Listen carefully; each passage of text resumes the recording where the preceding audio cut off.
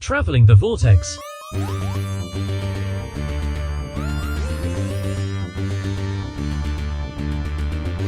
We're traveling the vortex with the Fugitive Doctor and have landed in Italy for another chapter in the Circuit Breaker storyline, this time with the Honourable Society.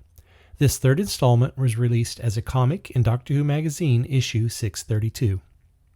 Here's a summary, and if you haven't read the comic yet, be warned, there will be spoilers.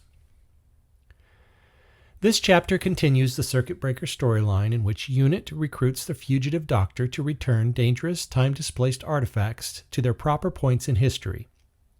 Each artifact is leaking unstable energy that threatens reality, and only the Doctor unconnected to them can safely intervene.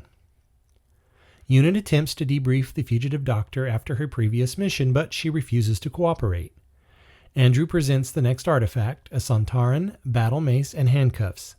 He insists on accompanying her to ensure she stops, quote, blundering around in the time stream, arguing that she must earn their trust. The Doctor reluctantly agrees.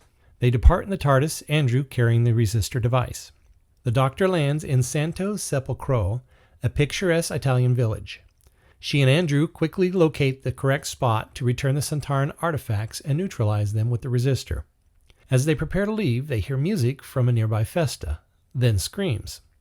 The Doctor's curiosity overrides her desire to depart, and she drags Andrew towards the disturbance.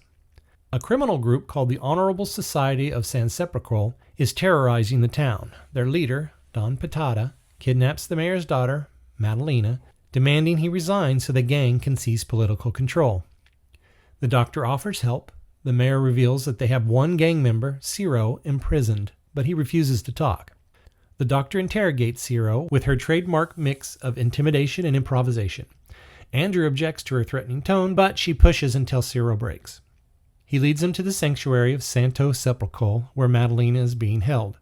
Inside the sanctuary, the gang chants religious invocations, revealing that they are following a figure that they believe to be a divine emissary. That emissary is actually a Sontaran warrior using superstition to control the gang. He orders Madalena's execution to, quote, send a message, but notices the Doctor and Andrew and commands his followers to seize them. The Doctor urges Andrew to flee, but he refuses. The Sontaran explains his strategy. He intends to kill them both to cement his authority. Andrew subdues the Sontaran with a crack on the probic vent on his neck. He's also brought reinforcements, local police and townspeople. Together, they capture the gang. Don Patata is arrested for kidnapping and extortion, though he escapes in a puff of smoke like theatrics. The town celebrates the fall of the Honourable Society and invites the Doctor and Andrew to join the feast. They decline, needing to return to UNIT. Before the story ends, far out in the solar system, an unseen adversary observes the Doctor's actions. They claim the Doctor is heading towards her own destruction, suggesting a larger threat behind the artifacts and missions. The Honourable Society is a brisk, tightly focused chapter in the ongoing Fugitive Doctor arc, one that doesn't overstay its welcome and gives its supporting cast a chance to breathe. While not the strongest entry in the Circuit Breaker sequence, it's far from the weakest, delivering a compact adventure with a few standout character beats. One of the real pleasures of this installment is seeing Andrew pushed to the front of the narrative. After spending early chapters mostly in Osgood's shadow, he finally gets a moment to shine. His knowledge of Sontaran physiology, specifically the probic vent, pays off in a way that feels earned rather than convenient. He's the one who ultimately saves the day, returning with reinforcements and landing the decisive blow. It's a nice reminder that UNIT isn't just a backdrop, its personnel matter, and Andrew is more than just comic relief or a lab assistant. The Fugitive Doctor continues to display the core Doctor trait. She helps people in trouble, even when she loudly insists she doesn't want to. Her brusque exterior and refusal to play by UNIT's rules contrast sharply with her instinctive compassion. She may reject briefings, paperwork, and authority, but she never rejects someone in need. That tension between her prickly independence and her undeniable heroism remains one of the most compelling aspects of this incarnation. If there's a wobble in the characterization, it's Osgood. Her frustration with the Doctor's refusal to participate in a debrief feels out of step with her established experience.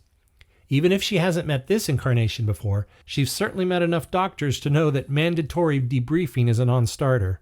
The script pushes her into a more rigid procedural role than usual, and it doesn't quite ring true. The story itself is straightforward. A Sontaran manipulating a criminal society in 1894 Italy, a kidnapped girl, and a rescue mission that escalates into a confrontation.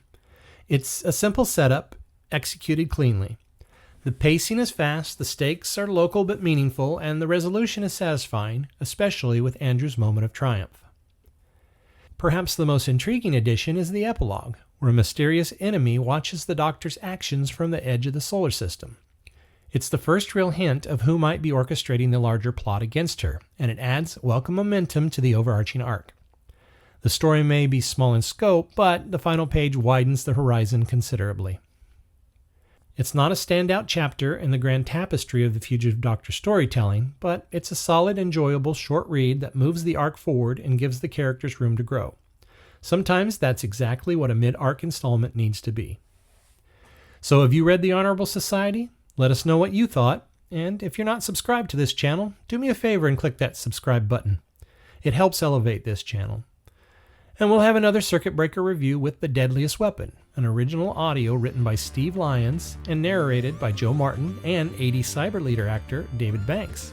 I can't wait. Until next time, I'm Glenn. Cheers.